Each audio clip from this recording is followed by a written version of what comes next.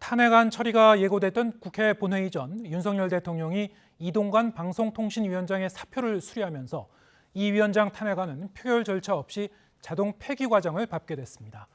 하지만 나머지 검사 2명의 탄핵안은 예상대로 민주당 주도로 국회 문턱을 넘었습니다. 강민경 기자가 보도합니다.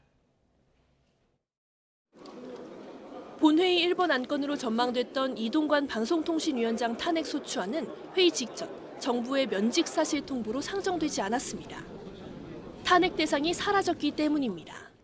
방송통신위원장 이동관 탄핵 소추안은 정부로부터 방송통신위원장이 면직되었다는 공문이 제출되어 의사 일정에 포함하지 않았습니다. 민주당이 별도로 처리 절차를 밟지 않기로 하면서 이동관 위원장의 탄핵안은 국회법에 따라 본회의 보고 뒤 72시간이 지난 시점에 자동으로 폐기될 것으로 보입니다. 이 위원장이 언론 자유를 침해하고 직무수행 과정에서 법률을 위반했다고 주장하며 드라이브를 걸던 민주당은 날을 세웠습니다. 탄핵을 피하려는 꼼수를 용인했다며 윤 대통령까지 싸잡아 비판했습니다. 범죄 혐의가 있는 공무원에 대해서는 사표 수리하면 안 되는 겁니다. 파면 조치를 하든가 아니면 잘못된 게 없다고 생각하면 국회가 추진하는 헌법적 절차인 탄핵 절차에 순순히 응했어야 되는 겁니다. 대신 고발 사주와 개인 비위 의혹을 받는 손준성, 이정석 검사의 탄핵안을 여당이 불참한 가운데 강행 처리했습니다. 바깥에 있는 시민사회단체를 비롯한 수많은 국민들과 함께 공동전선을 흐트리지 않고 윤석열 정권의 무도한 폭주에 맞서 싸우겠습니다.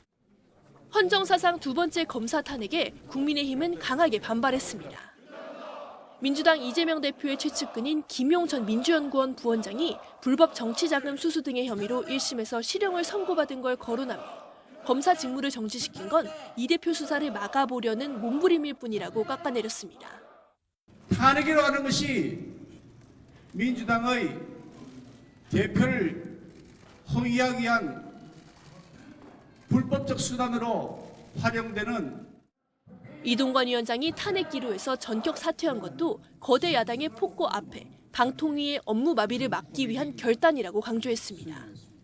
민주당이 탄핵을 의결하면 앞으로 수개월 동안 방송통신위원회라는 국가기관의 기능이 마비되기 때문에 이러한 최악의 상황을 막기 위해 고심 끝에 내린 결정이었습니다. 더불어민주당은 제대로 된 방통위원장이 오지 않으면 언제든 다시 탄핵을 추진하겠다고 벌써 벼르고 있습니다.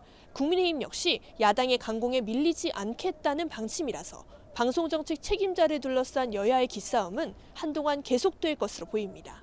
YTN 강민경입니다.